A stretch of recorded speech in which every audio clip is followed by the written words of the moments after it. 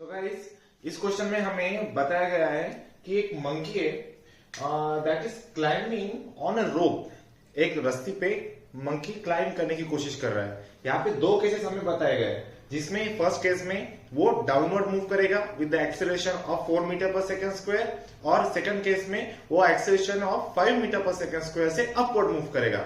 इसमें टेंशन जो है रोप का वो हमें मैक्सिमम दिया गया है कि वो विथस्टैंड कर सकता है, मतलब मैक्सिमम लिमिट है टेंशन की, दैट इज ऑफ 350 न्यूटन। अब हमें ये बताना है चेक करके कि कौन सी कंडीशन फिजिबल होगी, मींस कौन सी कंडीशन में हम टेंशन 350 से कम रख सकते हैं। तो हमें केस 1 और केस 2 दोनों को यूज करके हमें टेंशन फाइंड आउट करना है और बताना है कि रोप में कितना टेंशन होगा दोनों केसेस में। So let's start.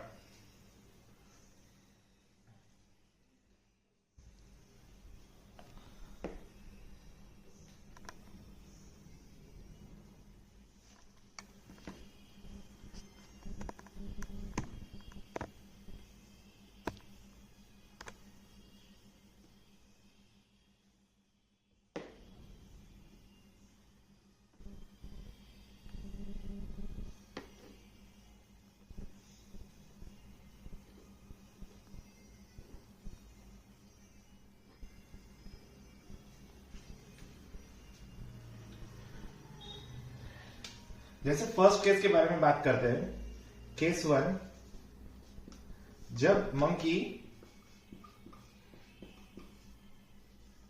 Climbs downward,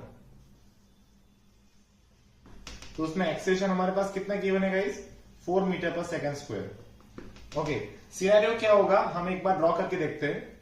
से दिस इज अ रोप, ये कुछ मंकी इस टाइप का मैं बना रहा हूं, ठीक है। तो ये डाउनवर्ड की तरफ मूव कर रहा है with acceleration of 4 metre per second square is equal to a, जिसमें ग्रेविटी लग रही है G एंड ऊपर की तरफ टेंशन लगेगा, ठीक है। अब बेसिक क्राइटेरिया होता है इक्वेशन बनाने का, net force, okay, net force equal to mass into acceleration, ठीक है। अब एक्सेलरेशन किस डायरेक्शन में हो रहा है, डाउनवर्ड। सो नेट फोर्स मतलब नेट फोर्स जो होगा वो डाउनवर्ड की डायरेक्शन में होगा, मतलब ज्यादा फोर्स कहां पे होगा, डाउनवर्ड की डायरेक्शन में। मतलब हम लिख सकते हैं mg minus P is equal to ma। Equation समझ आ गई। We can find the tension is equal to mg minus ma, m times of g minus a। हमारे पास m कितना गिवन है, 50, जी हम सिंपली 10 अज्यूम कर सकते हैं, 10 minus 4, 10 minus 4 6, it gives 300 Newton. So guys, case number 1 जो है क्लाइंबिंग डाउन का जो केस है, जिसमें हमें टेंशन मिल रहा है 300 न्यूटन, जो कि मैक्सिमम टेंशन जो टेंशन ऑफ विथस्टैंड है 350 न्यूटन से कम है। सो इस केस में रोप ब्रेक नहीं होगी। इस केस में ये केस फिजिबल है, हम ये कह सकते हैं, ठीक है। अब हम केस 2 की तरफ जाते हैं, जिसमें कि मंकी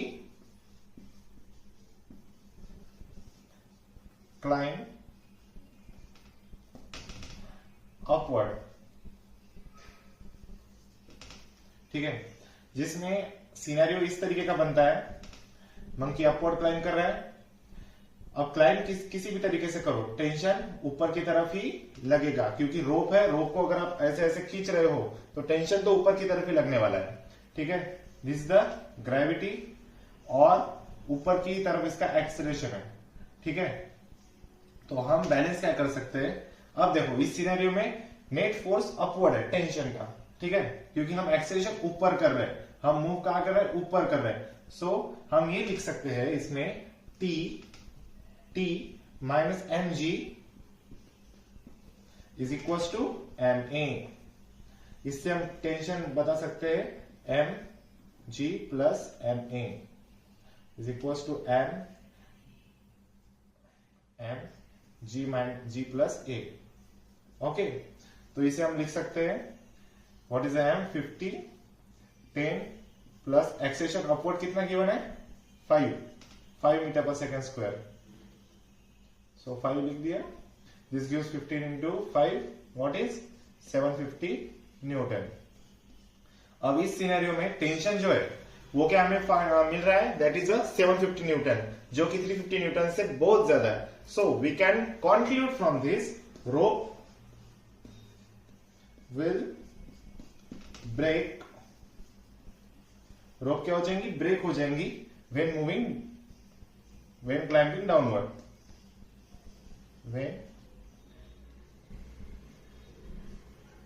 climbing